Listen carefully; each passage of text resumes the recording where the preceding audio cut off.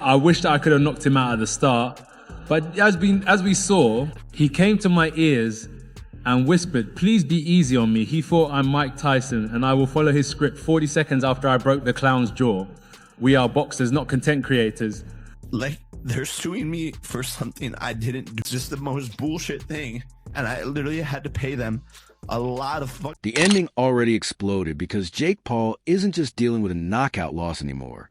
He's now facing a looming Netflix lawsuit that could cripple his entire boxing operation. This can't be real, so rewind for context. Moments before lawyers entered the picture, the fight was marketed as the ultimate legitimacy test of his career. Instead, that same night exposed shaky contracts, bruised egos, and a business model powered by hype. Not real control anymore tonight. I heard that Gervonta Davis was being very difficult to work with and Netflix was just waiting for a read. Yeah, we think he broke his jaw. He's fine. We met with Netflix afterwards. He took a shower. He drove himself to the hospital. A broken jaw is very common in sports, particularly in boxing or MMA, and I think the recovery time from Jake Paul being sued by Netflix isn't some random afterthought. It's the result of a billion-dollar platform realizing it invested in volatility and got chaos instead. You could feel it the moment the Joshua fight ended. This wasn't influencer boxing anymore. It was sold as real heavyweight business with judges, doctors, executives, and global audiences watching. And when a machine that big feels embarrassed, it doesn't tweet. It takes legal action. Anthony Joshua didn't throw a single straight right hand for 6 rounds. Think about how fast this flipped. 1 minute Jake walked in with fearless branding cranked to 11. The next executives were allegedly asking why the product they paid for exploded into hospital footage and canceled fights. Here's the unsettling part. There are whispers that what Netflix expected and what they received were not the same thing. And somewhere, someone knows far more than... And not only did you not get knocked out, you dropped and said, wow. I was like, wow, that was nice. I was on the ground, I was like, that was a good shot. Did he surprise you with his power? To be honest, no, but I mean, he surprised my jaw. Anthony Joshua didn't just beat Jake Paul. He ripped away the safety rails. Once they were gone, every past promise was suddenly re-examined under a microscope. Joshua wasn't a retired name or a novelty opponent. He was a fully operational heavyweight threat. And the moment Jake began circling instead of asserting control, you could see the panic set in slow, subtle, and impossible to reverse. Looks like Jake Paul is trying to bait him into something, but he's the one that's hit the canvas twice in this round. Incredible. This is where the experience gap became brutally obvious because Joshua never even left second gear. That's the scary part. It means the danger was deliberate, not accidental. When a true champion chooses patience over spectacle, it shows he already knows the ending and is just deciding when to unveil it. That choice arrived in round 5, sudden and decisive, with no room for a scheme. I love this shit, and I'm going to come back and get a world championship belt at some point. Are you surprised you went 6 rounds with the former 2-time unified heavyweight champion?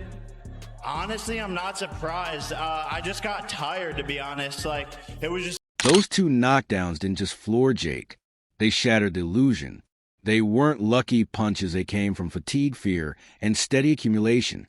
Anyone denying that is lying to themselves.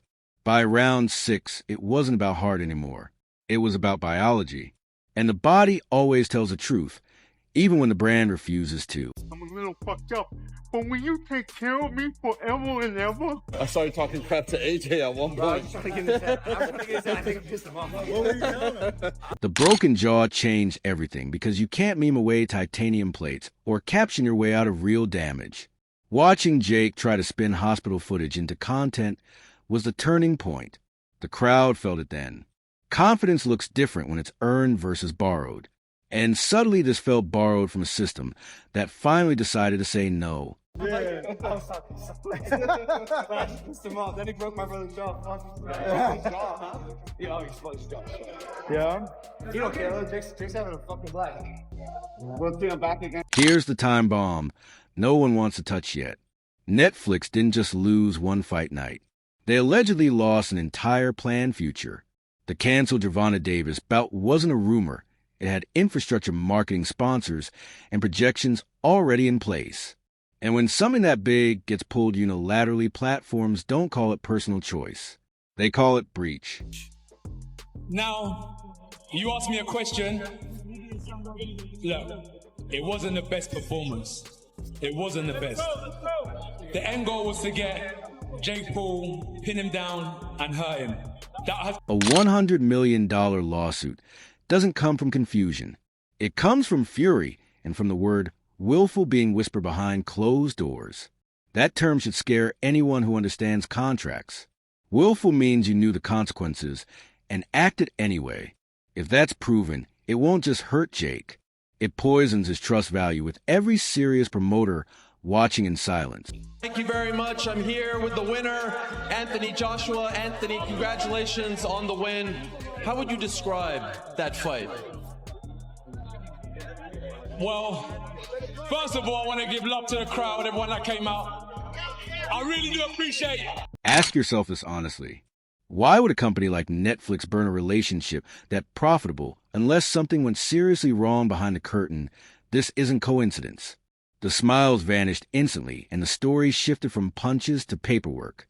When lawyers replace gloves, a fight is because it's a civil lawsuit and it's just allegations. It's not criminal. This is where the legacy damage runs deeper. Losing to Joshua could be survived, but losing a platform's confidence is radioactive. Sponsors don't yell, they disappear, and future deals start colder, quieter, harsher. Once you're labeled unreliable, that mark doesn't wash away no matter how loud your fan base is. Jake Paul, he's done really well tonight. I want to give him his props. He got up time and time again. It was difficult in there for him, but he... Another detail that sticks out is how calm Joshua looked afterward. Calm winners don't feel threatened, and threatened people usually move on they don't sue. Yet, Netflix didn't move on. They escalated, which shows this isn't about ego. It's about control slipping, and someone trying to reclaim it before more leaks emerge. Like it. Even Anthony Joshua had some class and, apologized to me. Did he really? Yeah. He worked his way through the crowd and came up to me and said, Mom, it's just boxing. It's the fight game. It's just the fight game. Obviously. Don't ignore the chatter about other fighters being difficult. When multiple names start surfacing in the same sentence, it usually signals contracts stretched to their limit. One snap can expose tension everywhere. And when a single agreement falls apart, every other deal gets audited line by line. The scariest part, this story isn't finished. Legal battles drag discovery into daylight, emails, texts, internal conversations, and suddenly narratives die fast. If Jake thinks this stops at headlines, he's not reading the room. This could get uglier before it quiets down. The fight didn't end in the 6th round, it just changed venues. And now the pressure isn't coming from a heavyweight. Right hand, it's coming from corporate memory and legal teeth. They don't tire. They grind until something breaks. And we haven't seen the last fracture yet. Here's the hard truth. The Joshua fight wasn't the problem, it was a trigger. Systems don't collapse from one punch unless they were already under strain. Jake's boxing operations had been stretched tight long before that night. The confidence versus competence gap runs through everything. Confidence sells tickets and headlines, but competence keeps partners calm. When Joshua exposed that gap, stakeholders stopped asking how big the next event could be and started calculating damage control costs. Losing a fight is one thing. Disrupting a corporate roadmap is another. Fighters lose all the time, but when a fighter becomes central to a platform strategy, personal decisions carry institutional consequences. Netflix didn't enter boxing for chaos. They entered for predictability at scale. Volatility only works if it stays in the cage. Spill it into contract schedules or sponsor confidence, and the fallout is immediate.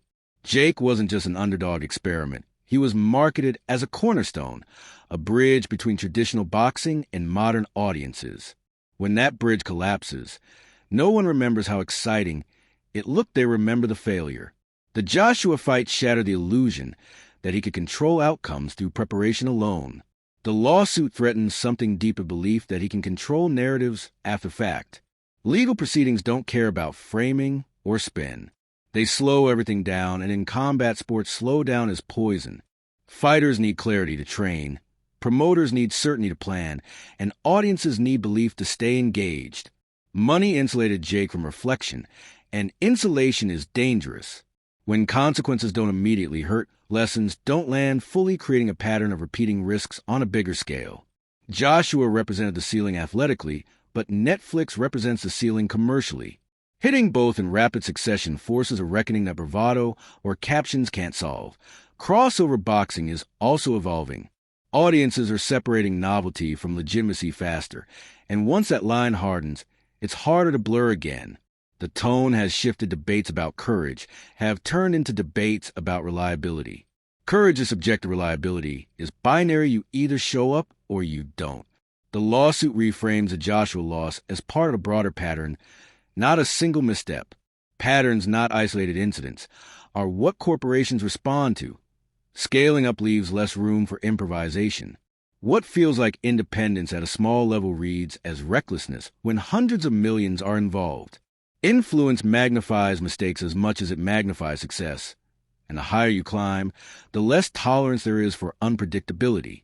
Jake's brand thrived on disruption, but disruption without structure terrifies the very partners who enabled it. That's the paradox he now faces. Business reputations in boxing are long memories. They aren't built in the ring, they're built in conference rooms where future deals are quietly decided. Even if the legal situation resolves favorably, perception damage lingers. Partners don't forget who made their lives harder, especially when alternatives exist. This moment sits at the intersection of sport entertainment and corporate power, and those